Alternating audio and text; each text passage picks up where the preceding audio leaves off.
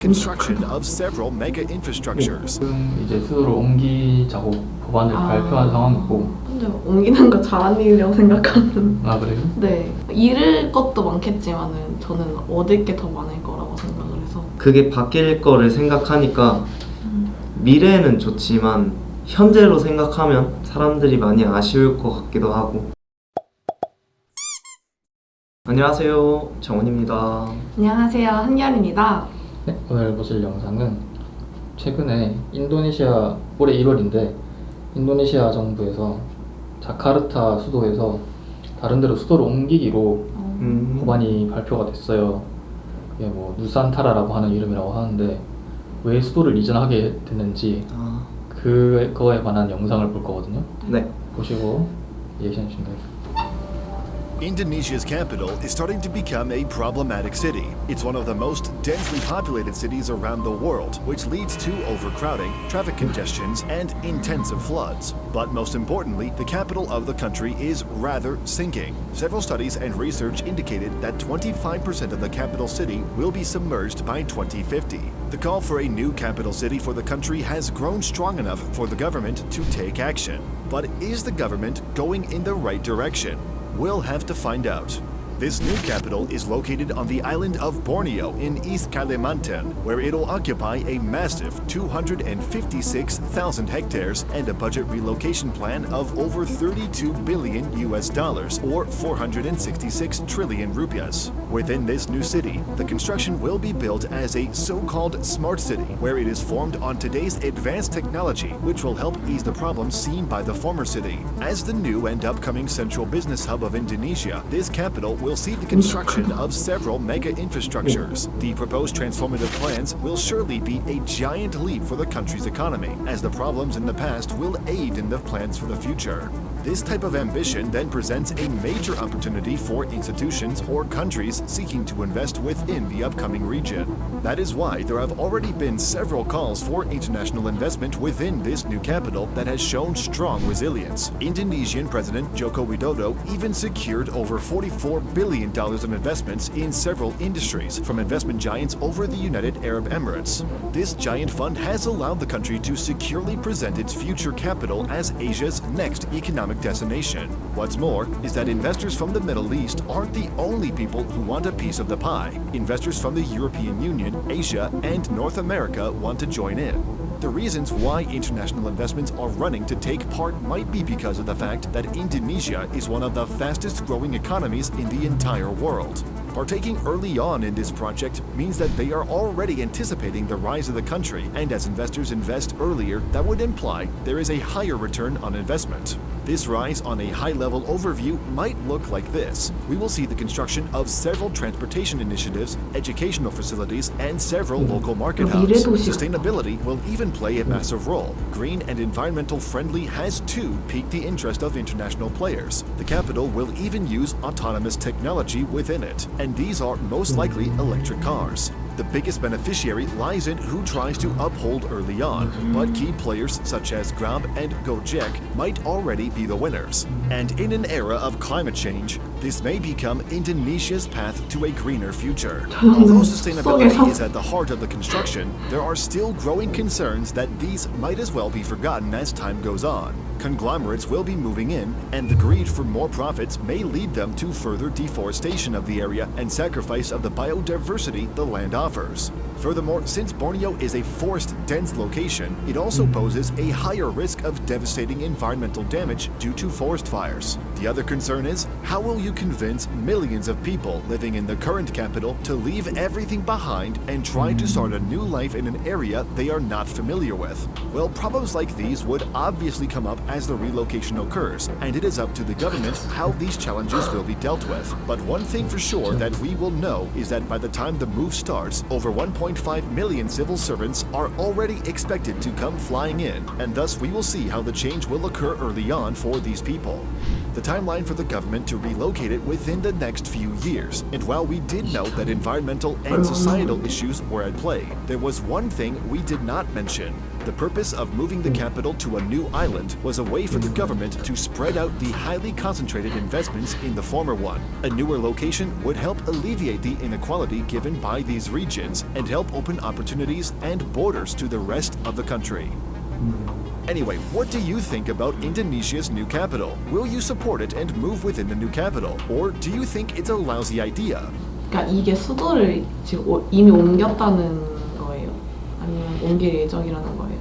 지금 이제 수도를 옮기자고 법안을 발표한 상황이고 서쪽에 아마 옮겨질 건데 이제 어떻게? 네, 남겨진 것들은 어떻게 할 거냐 이런 거에 대해서 그거는 또 다른 문제긴 하니까. 그쵸. 근데 옮기는 거 잘한 일이라고 생각하는. 아 그래요? 네.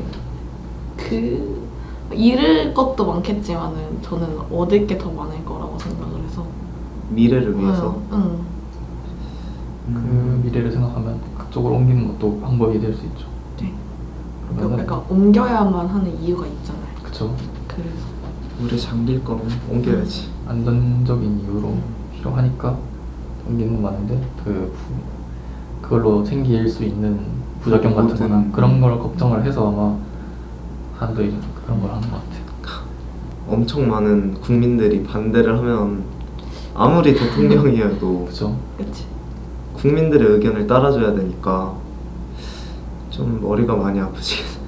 다음 영상을 하나 또 준비를 한 거는 네. 이렇게 이전을 했을 때 얻을 수 있는 효과랑 앞으로의 계획을 또 설명하는 영상이 있더라고요.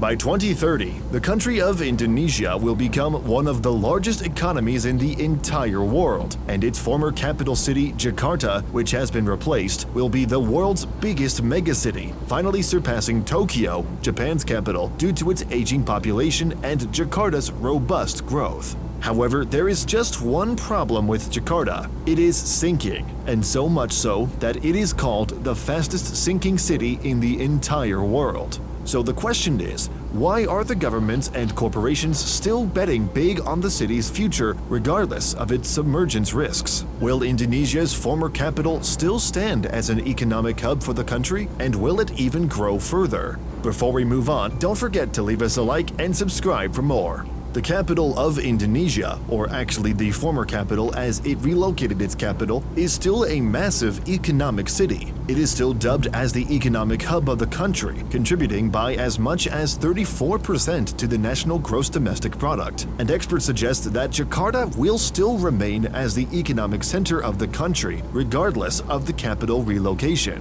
Hence why both the public and private institutions of the country cannot let this massive amount of economic activity lay to waste. So much so that they are even planning bigger initiatives for its future, such as the push for further urbanization and massive developments in and around Jakarta. These are indications that Jakarta is still being pushed for economic activity. The most notable ones serving the future megacity are the likes of the Jakarta-Bandung High-Speed Railway, one of the country's most amazing transportation projects ever in its history, as it aims to make traveling as efficient as ever. Jakarta is also seeing the construction of several mass rapid transit lines, or MRT, such as the Jakarta MRT and Greater Jakarta MRT. Furthermore, these are not the only ones on the list of upcoming and future projects. There are quite a vast more out there waiting. These are very much needed as Jakarta is expected to grow to over 250,000 people annually. These endeavors pursued are clear evidence that the governments and corporations are still keen on its future. But does this mean that they have plans to fix its problems? Well, studies have already found that 25% of the capital area will be submerged by 2050, which means that there is only an ample amount of time to stop it. Moreover, there is actually a vast amount of problems it needs to address in order to become a mega economic city that has a grand future. First, the problem of rising waters is currently being addressed in many ways, stopping the massive developments that are contributing to the sinking of the city, building strong flood controls such as the 32-kilometer-long meter-long giant seawall starting from the city of Tangerang all the way to the port of Tanjung Priok, and might as well the relocation of the capital city as a solution in order to spread out the investments concentrated in Jakarta and thus slowing down excessive developments. Second, the problem Widget hates the most: traffic congestions. These congestions, according to data, cost about $7 billion annually, or 100 trillion rupiahs. Thankfully, however, this is being met with solutions every year, with projects mentioned above on public transportation being its biggest move. Nevertheless, even if these problems are not dealt with, there is still a huge amount of opportunity and growth within the future for Jakarta. These problems are just slowing or removing opportunities. But as Jakarta itself is such a massive city, it has a massive opportunity entitled within it. One day, it will stand beside some of the biggest economic cities around the world, such as Tokyo, Mexico City, New York, Delhi, and so much more. The biggest growth the city can experience within the near future lies in its digital transformation. Given that the locals are digitally savvy consumers, we can expect the accelerated growth of emerging technologies. Studies found that Indonesians are among the most engaged population in the world, spending as much as 6 hours a day online. Hence why we can see its digital economy take off and valued at a whopping $125 billion by 2025. Having a big digital savvy population, small to medium enterprises can thrive in making money, as there are a lot of consumers to have. These are both positive and negative to the businesses, as it enables them to be more innovative but might as well have tougher competitions. A digital society will inevitably one day become an economic powerhouse, similar to the one in Tokyo, where everything is technological and innovation is sprung up every single day.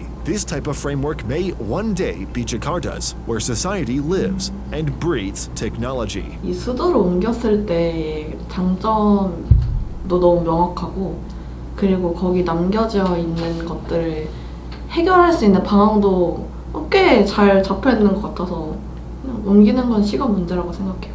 옮기는 게 시간 문제이기도 한데, 거기 전에 있던 그 문화 있잖아요. 네. 그게 바뀔 거를 생각하니까 미래는 좋지만 현재로 생각하면 사람들이 많이 아쉬울 것 같기도 하고, 모든 게 다 파괴가 되는 거잖아요. 좀 남아있는 게 좀 아쉬운 네. 그런 마음이 그래서 만약에 이게 이렇게 수도가 이전되고 한다면 좀 사람들이 혼란이 많이 오지 않을까 생각이 들어요. 구독과 좋아요, 댓글, 알림 설정까지. 안녕. 안녕.